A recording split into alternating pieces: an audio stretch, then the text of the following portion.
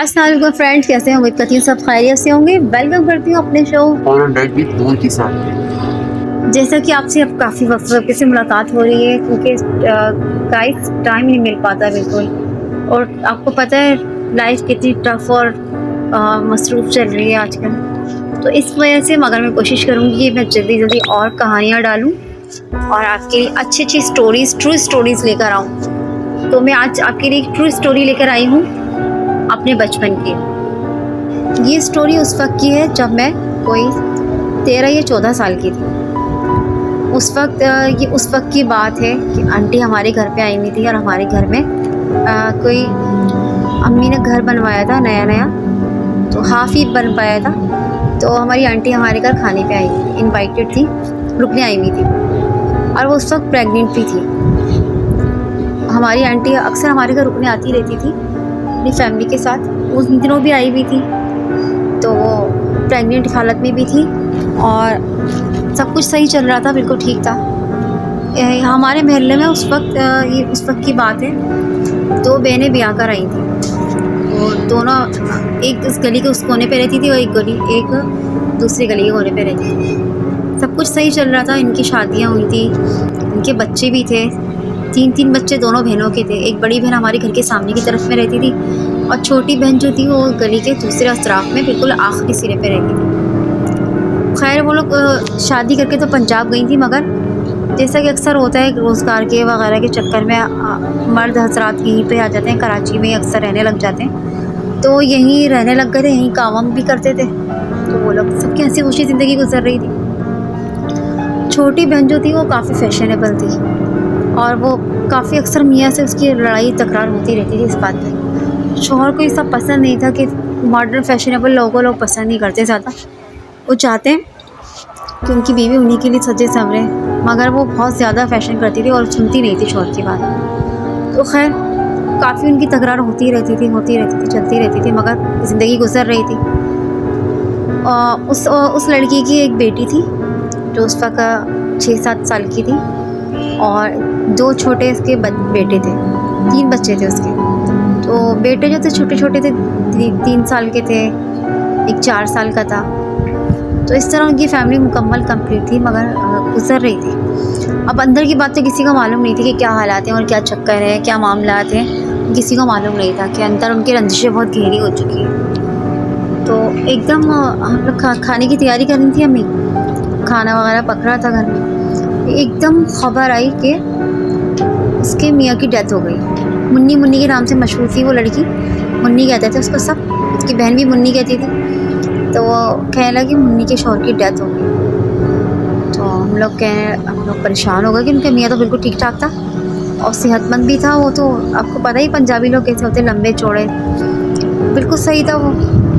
खैर वो किसी ने ज़्यादा जांच पड़ताल तो की नहीं।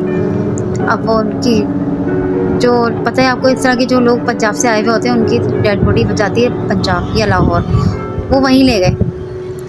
कोई 1 हफ़्ता या 15 दिन ही हुए होंगे, तो ये ख़बर उड़ने लगी कि वो औरत सही नहीं है, वो किसी और से इसका चक्कर था। इस चक्कर में उसने बीवी ने जहर दे के मार दिया। तो हमारी आंटी रुकी हुई थी हमारे घर में ना, 1 हफ़्ते क़याम करिए आई थी वो। कभी 8-8 दिन 7-7 दिन रुक के चली जाती थी, अक्सर रुकने आ जाती थी हमारी आंटी। हमारी आंटी से हमारी बहुत बनती थी और वो अक्सर हॉरर स्टोरीज़ भी सुनाया करती थी। तो हम लोग बहुत उससे सुनते थे, बहुत मज़ा आता था, बहुत अच्छी गैदरिंग बनती थी हमारी। तो खैर 1 हफ़्ता तो हो ही चुका था कि वो रह रही थी वहीं पर ही, कोई मसला नहीं था, वो आराम से इज्जत में थी क्योंकि, और उसकी बहन वहीं, उसकी अम्मी भी वहीं आ गई थी। तो लोग जैसे उन्होंने बोला कि इसी घर में करनी होगी इज्जत, मगर उसने कोई ख़ास जैसे होती है शरई तरीके से, उस तरह उसने इज्जत नहीं करी। तो खैर अब इंसान का अपना अमल होता है, वो कोई से कुछ कह नहीं सकता। अभी अल्लाह के और बंदे के बीच का मामला होता है। तो गाइस उस पर किसी कोई ऑब्जेक्ट कर नहीं सकता और किसी को इजाज़त भी नहीं होती। तो वो अभी 10 दिन ही गुजरे थे, तो सब इतने में दोबारा ही जैसे संडे आ गया था, हमारी आंटी के जाने का दिन था। तो अंकल भी आने वाले थे, तो अम्मी अच्छा वाला खाना बना रही थी, ज़्यादा जैसे वो कर रही थी एहतमाम खाने में। तो एक और आंटी भी आई हुई थी हमारी, तो 2-3 लोग जमा थे, काफ़ी लोग जमा थे। तो इतने में ना किसी ने खबर दी, बहुत सारे लोग जमा हो गए ना गली में, एकदम शोर सा उठने लगा, शोर मच गया कि क्या हुआ। उसने जो मुन्नी थी उसने आग लगा ली, वो जल के मर गई। अब इतनी दहशत फैल गई, इतनी खौफनाक तरीके की बात फैली कि एकदम बिल्कुल ठीक थी वो, तो कोई मसला भी नहीं था। अचानक क्या हुआ, तो इद्दत में थी, तो फिर ये क्या खबर आई है अचानक कि वो जल के क्यों मरी, उसने क्या करा ऐसा। अब वो जब वहाँ पहुँचे तो पता चला कि हाँ उसकी सांस बाकी है अभी। जब वहाँ मालूमात ली पहुँचे कि नहीं अभी मरी नहीं है, अभी से थोड़ी सांस बाकी है, मगर 80% हिस्सा उसका जल चुका है। तो खैर उसको हॉस्पिटल लेके गए। फिर रात डॉक्टर ने तो जवाब दे दिया साफ कि ये बॉडी सिर्फ ऊपर तक ही, जो जहाँ तक ऊपर तक रह गई वहीं तक सांस बाकी है, बस अब दुआ करें, बस रात तक की बात है और आगे कुछ जवाब नहीं दिया जा सकता कि पेशेंट कब तक ज़िंदा बचेगा या नहीं बचेगा, या रात भी गुजार पाएगा।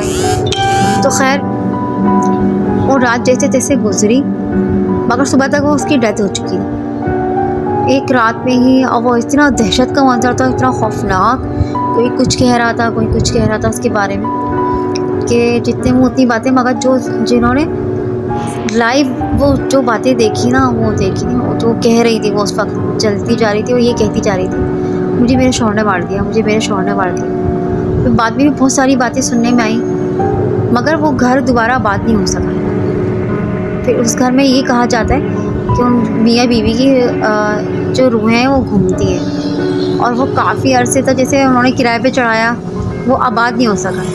क्योंकि कभी कोई नज़र आता है बैठा हुआ, कभी वो औरत जलती हुई नज़र आती है, कभी कोई किसी को मार रहा होता है, कभी चीख रहा होता है कोई। तो ये कि वहाँ पे बहुत वीरानी छा गई थी, लोग डरने लगे थे वहाँ जाने से। रात में क्या दिन में भी कोई नहीं जाता था वहाँ पे। तो ये बिल्कुल आंखों देखा सच्चा वाक़या है, और आज तक उसकी दहशत बाकी है।